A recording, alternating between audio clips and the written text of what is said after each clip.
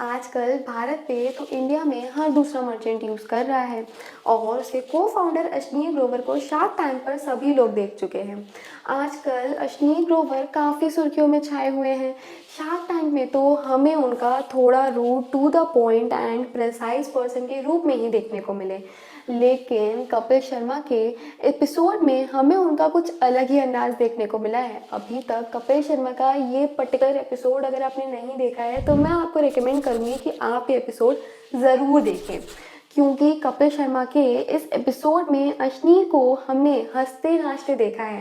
पर क्या आपको पता है कि अश्नीर पर फ्रॉड करने का केस चल रहा है? नमस्ते everyone, this is Shruti Saini. Welcome back to your favourite YouTube channel to be honest.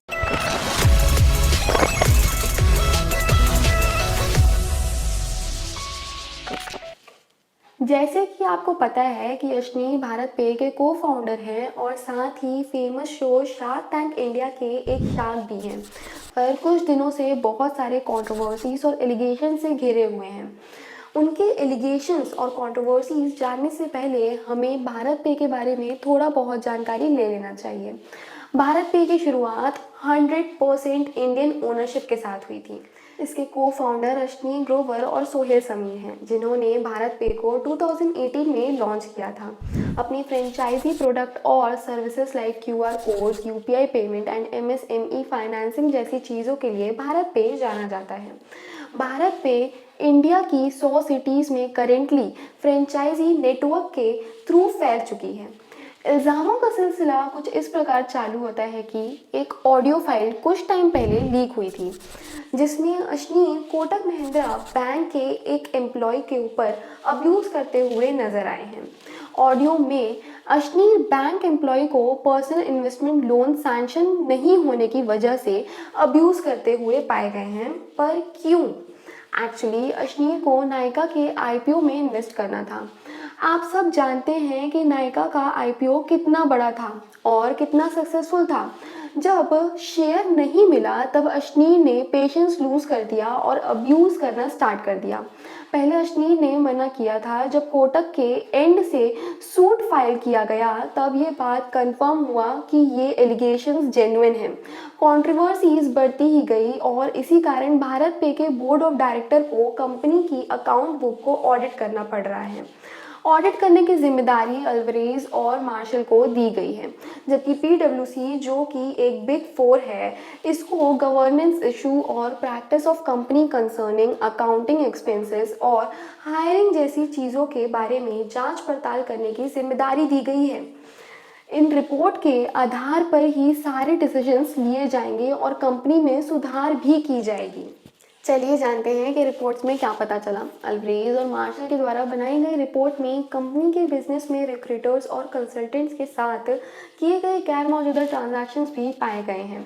ये भी पाया गया है कि कंपनी बस अपने पसंद के लोगों को ही कंपनी में लेती है।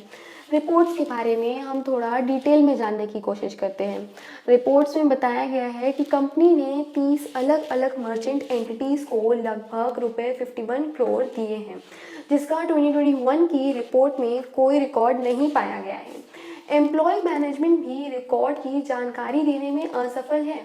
भारत पे ने अपनी कंपनी के अकाउंट बुक के अनुसार रिक्रूटमेंट के लिए रखे गए एम्प्लॉय को फीस और साथ ही कंसल्टेंट को भी कंसल्टिंग फ़ी दी है, लेकिन इसी के ऑपोजिट कोई भी रिक्रूटमेंट एम्प्लॉय दावा नहीं करता है कि ऐसी किसी भी रिक्रूटमेंट या कंसल्टेंट कंपनी के साथ बातचीत भी की गई है।